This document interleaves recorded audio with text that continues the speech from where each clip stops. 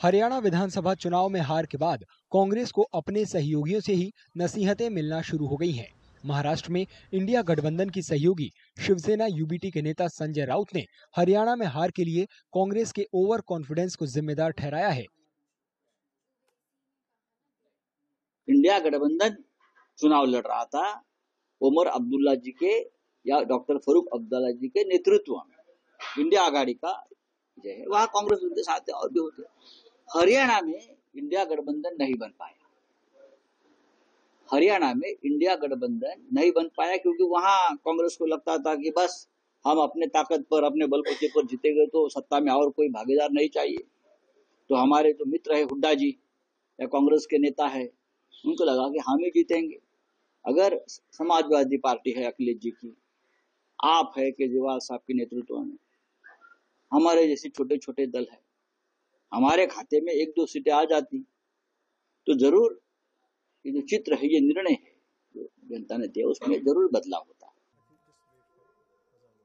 जम्मू कश्मीर में कांग्रेस के साथ गठबंधन करके चुनाव जीतने वाली नेशनल कॉन्फ्रेंस के उपाध्यक्ष उमर अब्दुल्ला ने कहा कि कांग्रेस को हरियाणा में अपनी हार के पीछे की वजहों को तलाशने के लिए मंथन करना चाहिए। हरियाणा में अब बैठ के समझना पड़ेगा। मतलब मैं तो पहले ही से कहता था कि ये एग्जिट पोल जो है ये आप खामखा वक्त बर्बाद कर रहे हो, लेकिन इतना गलत मतलब कि बंदा सोच भी नहीं सकता है। आप चले ना 18 के 20 होते, 20 के 22 होते, यहाँ 30 के 60 हो गए और 60 के 30 बने। और जो लोग मतलब अपनी कपड़े तैयार करके राजभवन का जो है रास्ता नाप रहे थे वो बेचारे घर में बैठे रहे और बीजेपी ने तीसरी बार वहाँ हुकूमत बनाई। अब इसके पीछे क्या वजूहात हैं उस पर कांग्रेस को थोड़ा सा तो गहराई में जाके सोचना होगा। उत्तर प्रदेश में गठबंधन की सहयोगी समाजवादी पार्टी ने कहा कि कांग्रेस देने से ज्यादा लेने में भरोसा रखती है और यही वजह हरियाणा में हार का कारण बनी है। कांग्रेस के साथ ये प्रॉब्लम है, चाहे वो मध्य प्रदेश का मामला हो, चाहे अब हरियाणा का मामला हो या किसी अन्य स्टेट का मामला हो। कांग्रेस लेना ज़्यादा जानती है, देना कम जानती है और जब तक ये प्रवृत्ति नहीं बदलेगी बीजेपी को हराना कांग्रेस के लिए बहुत मुश्किल होगा। और बीजेपी के खिलाफ अगर आपकी रणनीति सशक्त नहीं हुई, आप एक बेहतरीन कूटनीति और समीकरणों का बेहतरीन समन्वय नहीं कर सके, तो मुझे नहीं लगता है कि कांग्रेस बीजेपी को कभी चुनाव में आसानी से हरा पाएगी।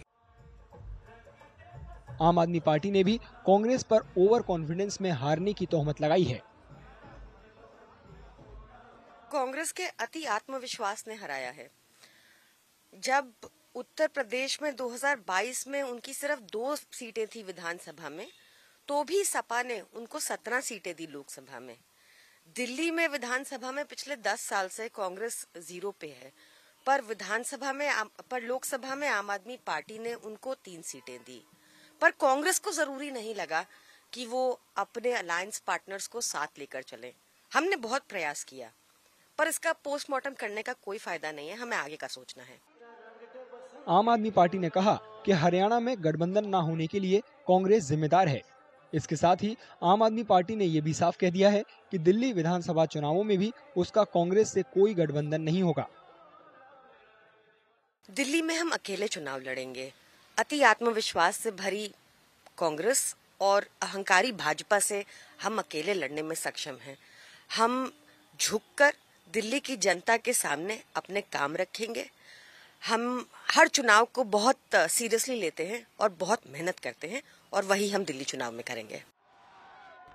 हरियाणा में हार गठबंधन में फजीहत का कारण बन गई है। सहयोगी दल कांग्रेस को पाठ पढ़ा रहे हैं। ऐसा इसलिए भी हो रहा है क्योंकि कांग्रेस ने हरियाणा में अकेले ही चुनाव लड़ा, जिससे बीजेपी को हैट्रिक बनाने का मौका मिल गया।